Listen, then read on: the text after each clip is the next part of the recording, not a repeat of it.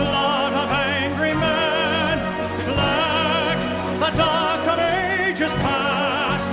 Red, a world about to dawn. Black, the night that ends at last. Whoa there! The French Revolution already ended. 'Tis time for a new era. What era? The era of Napoleon and his wars.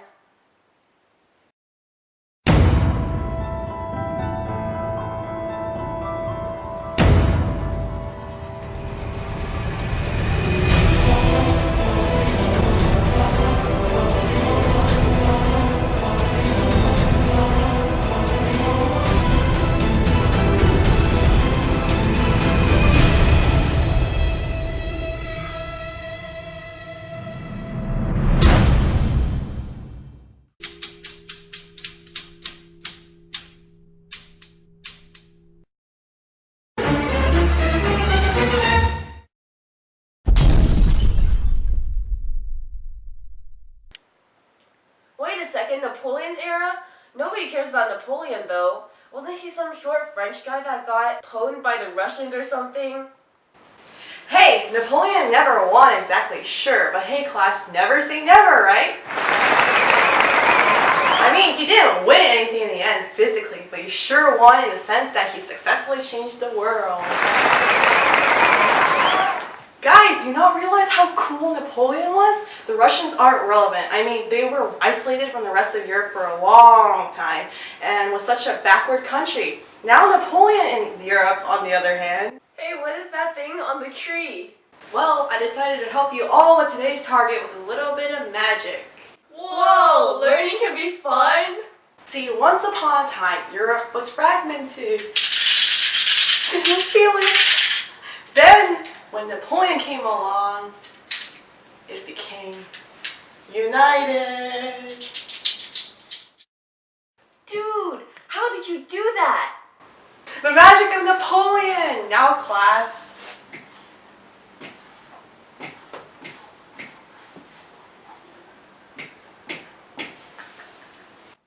And welcome to another beautiful day, everyone. Today we're going to be talking about Monopoly. And my Napoleon,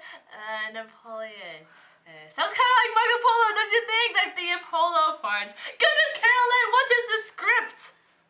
Dude, you were the one who wrote the script.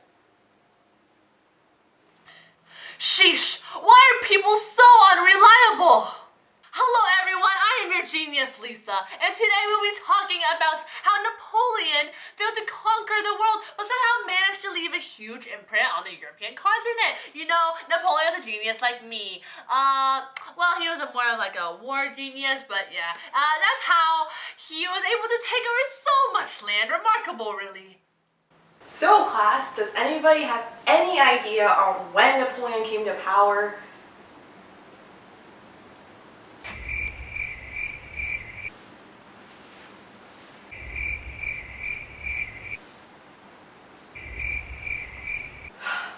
$1799.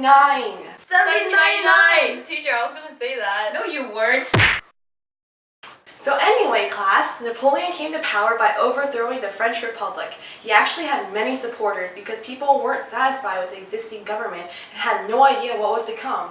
Then, with control over the government, Napoleonic France struggled to maintain European supremacy against Great Britain. Wait, what about the US though? Hasn't it always been a major power? Are you dumb? We're talking about Europe.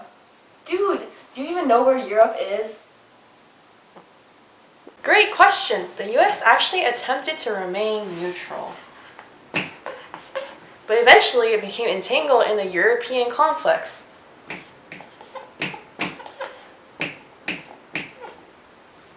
Wait, I don't get it. Why is there an angry blob on the board? I'm a teacher, not an artist. I don't get paid for drawing maps. I'm gonna pop some tags. Only got 20 euros in my pocket. I'm hunting, looking for a come up. This is awesome. Anyway,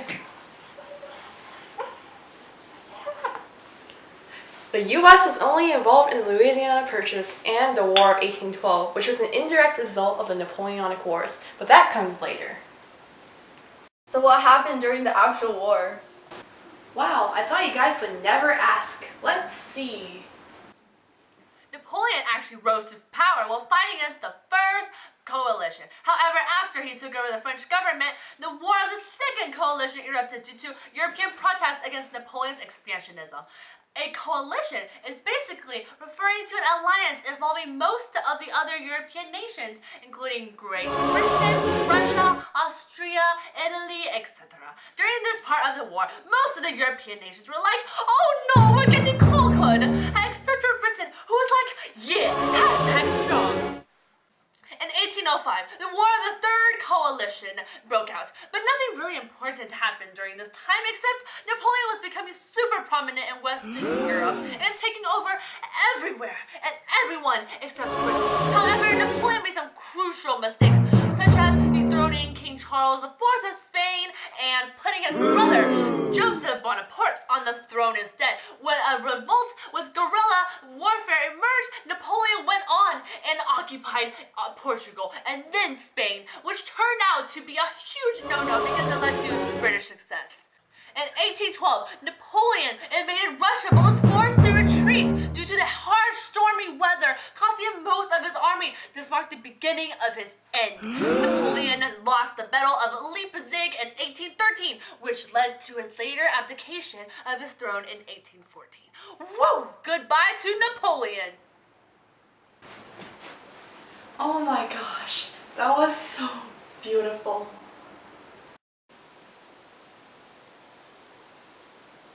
Hey dog, it's over! Oh man, yeah, Russia in the winter, man. That's tough. Yeah, I was awake the entire time. Now class, I know that you all know that the Napoleonic Wars are important, but does anyone know why? Didn't Napoleon get exiled because of it? Yes, Napoleon was exiled by the Treaty of Fontainebleau, yet he actually tried to reverse the outcome of the war with the Battle of Waterloo in 1815. Oh dang! Is that how you came to die at St. Helena? So you guys aren't as stupid as you look. Now that we've had a brief lesson of the war, why don't we talk about some of the results? Well, the Napoleonic Code was definitely imprinted into Europe in this era and is still evident in European society today. Napoleon implemented this code wherever he conquered, so needless to say, it showed up in a lot of places. Not only did it provide a fair judicial system, it also influenced existing law codes. Furthermore, Napoleon unified the Germanic states by forming the Confederation of the Rhine and bringing them closer to the formation of Germany as a single nation. In addition, warfare ideas like total warfare, where the whole population is in the war efforts, were implemented during this time, affecting the future wars to come.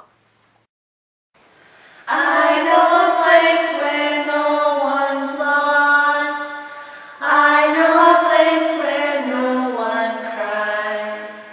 Crying at all is not allowed, because Napoleon won at last. Just kidding, he only won intangibly. And brought to you by the CLCS Foundation, AKA the Cynthia, Lissa, Carolyn, Stephanie Group of 2013. Winners of the Best Original Screenplay Award at the Oscars. And we gladly thank Miss Siddiqui and Miss Whitten for their continued support in our podcast. Thank you.